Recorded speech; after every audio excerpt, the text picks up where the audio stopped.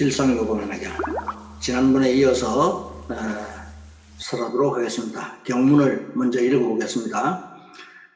또 1000가지의 하늘옷이 비오듯 하며 모든 영락과 진주 영락, 만이주 영락, 여의주 영락을 구방에 두루 늘이며 여러가지 보배의 항로에는 값이 한량없는 향을 피우니 자연히 이 큰 모임을 두루 공양함이라. 하나하나의 부처님 위에는 모든 보살이 있으되 번개를 들고 차례로 올라가 범천에 이르며 이 모든 보살은 묘한 음성으로 한량없는 개송을 노래 불러 모든 부처님을 찬탄함이라.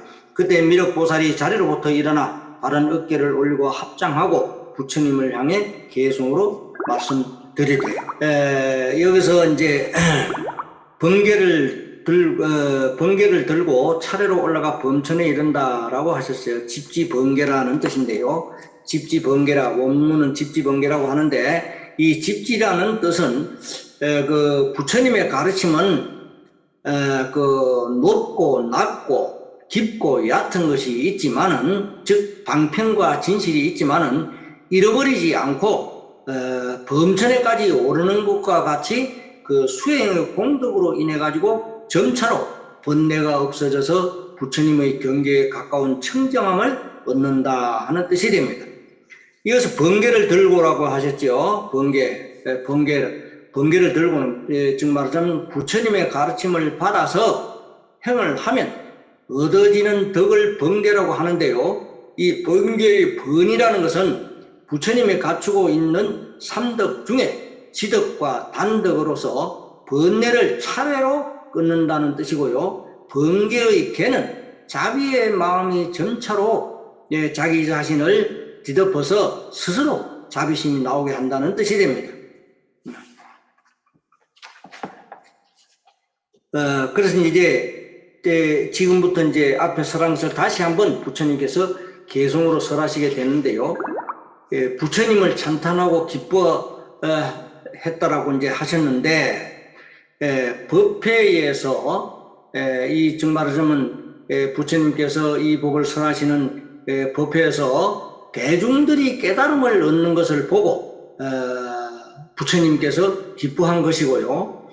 또 부처님의 공덕을 분별해서 그 설하신 것을 찬탄하고 대중 공양을 한 것을 한 번 더 이제 개송으로 설하시게 됩니다. 천태대사의 그 법화 문구 제10권 상에 보면은 이 부분을 이제 그 나태 설하신 부분이 있습니다. 이것은 부처님의 수명이 시작도 없고 끝도 없다는 설법을 듣고 부처님 제세 시에는 반드시 4가지의 믿음을 내야 한다고 그 단계를 분별해서 설하신 것이 있습니다. 다시 말해서 이 분별 공덕품을 천태대사가 그 설하시기를 이 설명하는 방법이 있다고 했습니다. 그 방법을 사신오품이라고 해서 부처님 제세 시에는 4가지 믿음으로 수행하는 단계가 있다라고 하셨습니다. 부처님 인멸 후에 세상에서는 5단계의 수행인 오품을 거친다는 것을 다시 말하면 이제 사신오품이다라고 한 것입니다.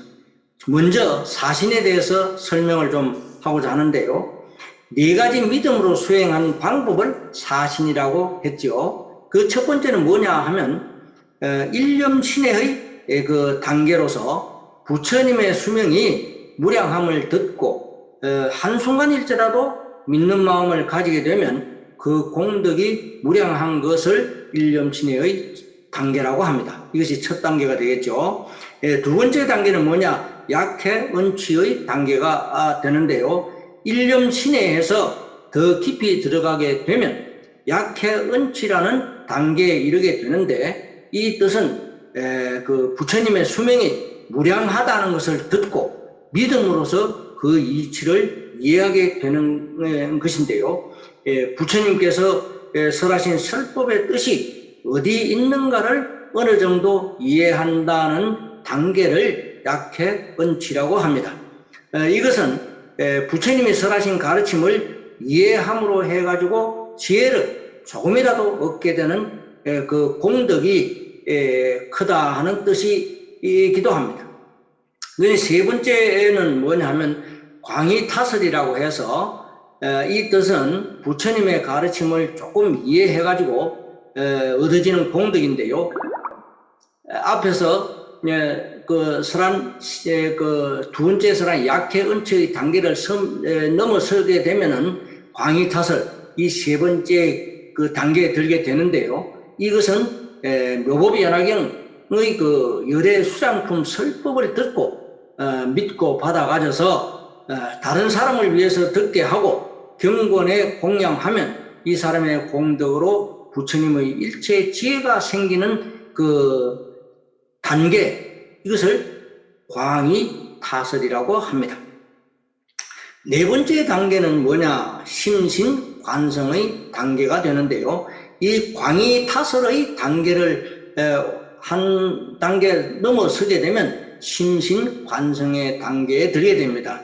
이것은 무슨 뜻이냐면 열애 수장품을 듣고 이해를 해서 믿고 받아가지고 영치산에서 항상 상주하시는 불보살님과 사화세계가 점토라하는 것을 알게 되는 단계인데요. 가장 높은 단계가 되겠습니다. 이렇게 네 가지 믿음의 단계를 사신이라고 합니다.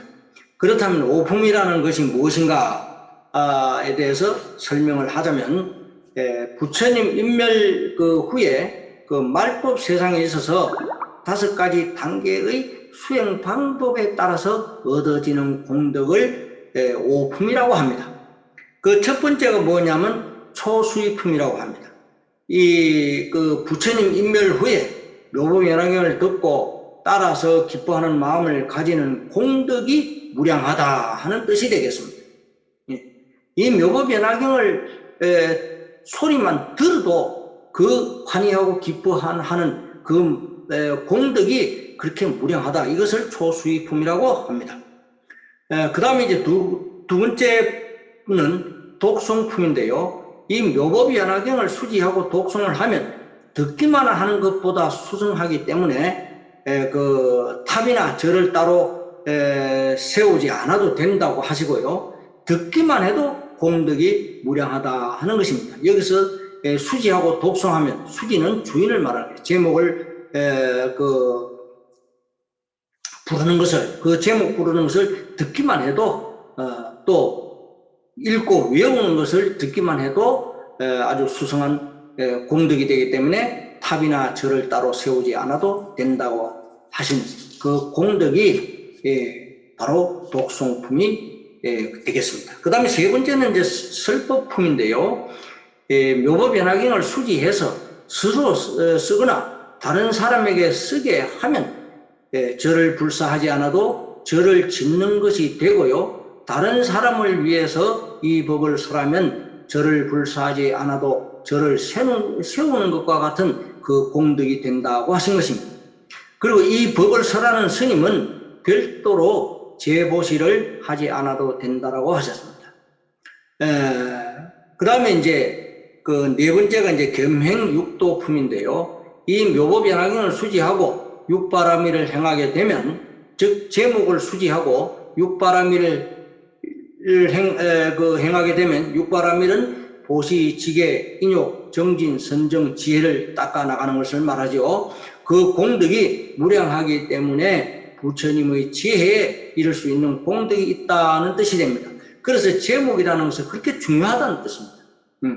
제목을 수지한다. 제목을 수지하고 입으로 부르는 행을 말하는 것이죠. 이게 아주 중요하다는 것입니다. 그 다음에 이제 5번째 공덕이 뭐냐? 정행육도품입니다. 이 정행육도품이라는 것은 묘법연화경을 수지하고, 즉 제목을 수지하고 제목을 그 입으로 받아서 입으로 부르는 행을 말하는 것입니다.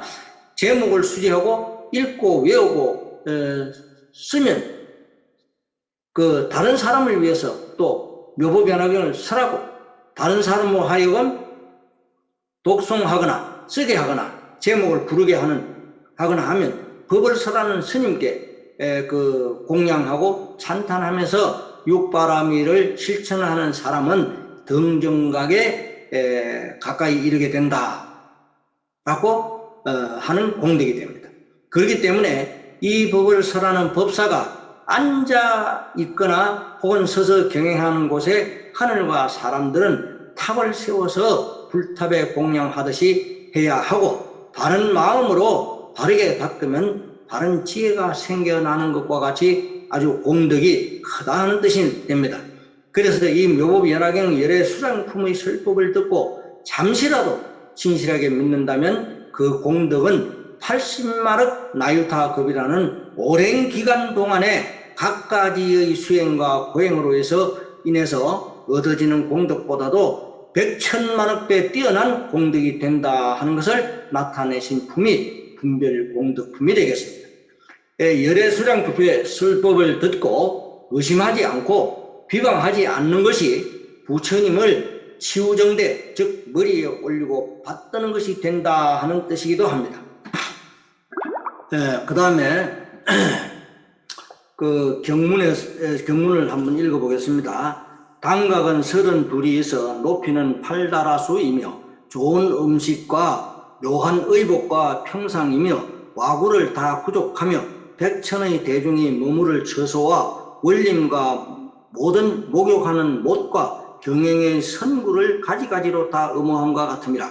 만일 신뢰하는 마음이 있어 받아가지고 읽고 외우고 쓰며 혹은 남에게 가르쳐 쓰게 하며 경건에 공양하되 꽃과 향과 말향을 헛고 수만 천복 아재 목다가로 기름을 짜서 항상 불을 켜고 이같이 공양한 자는 한량없는 공덕을 얻되 허공이 가히없음과 같이 그 복이 또한 이와 같음이라. 여기서 이제 그 네 가지 일이라고 했는데요. 이 네 가지 일이 뭐냐 하면 그 옷과 음식 그리고 그 침구와 약입니다. 이 말씀에 대해서 바른 이해가 있어야 한다고 생각하기 때문에 이런 여러분들이 혹여나 잘못 받아들이시는 분들이 있을까 싶어서 설명을 하고자 합니다. 이 경만 믿으면 이 법을 설하는 스님인 법사가 필요 없는 것으로 해석하면 결코 안 됩니다. 여기서 이 말씀은 앞과 뒤에는 스님에게 공양을 하라고 하시고 이 문구에서는 스님에게 공양하지 않아도 된다라고 하신 것은 중생의 입장에서가 아니라 부처님의 입장에서 하신 말씀이라는 것을 바르게 이해를 하셔야 할 것 같습니다. 다시 말해서 부처님께서 모든 제자들에게 당부하시는 것이지 중생들에게 하신 말씀이 아니라 하는 것을 알아야 하고, 이것을 잘못 이해하게 되면 오히려 큰 죄업을 짓는 것이 됩니다. 부처님께서는 오직 이 묘법연화경만을 유포해 주기를 바라는 마음에서 중생을 구원하고자 하는 대자비심으로 제자들에게 당부를 하신 것입니다. 이 문구를 잘못 이해를 하고 있는 외국의 어느 불교 단체에서는 탑이나 절이나 성보에게 공양하지 말고 한마디로 말하면 탑과 절과 성보인 스님을 부정을 하고 비방하는 자들이 있는데요. 이것은 결코 부처님의 뜻이 아닐 뿐 아니라 묘법의 연화경을 바르게 행하는 사람이 아니라 하는 것을 바르게 알아야 합니다. 이런 사람은 열애 수량품에서 설하신 행도의 사람이 아니라 불행도의 사람이 되는 것입니다. 다시 말하면 도를 닦는데 바른 행을 하지 않는 사람을 이야기하는 것이죠. 불도를 이루기 위해서 바른 행을 하지 않는 불행도의 사람이 되어서는 결코 안 될 것입니다. 그것은 불법성 삼보를 공경, 존중, 찬탄하라고 하신 부처님의 가르침을 정면으로 부정하는 것이 되기 때문입니다.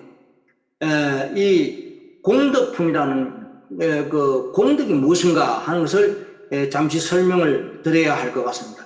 공덕에는 유형의 공덕과 무형의 공덕이 있습니다. 유형의 공덕에는 여러 가지가 있겠죠. 절을 불사하는 것도 있고 탑을 불사하는 것도 있고, 또는 부처님 전에 공양물을 올리기도 하고, 또 스님들에게 옷을 보시하고 음식을 공양하고 하는 그런 공덕은 전부 유형의 공덕이 되는 것입니다. 일반적으로 그 유형의 공덕은 지키는 쉬운 일이죠.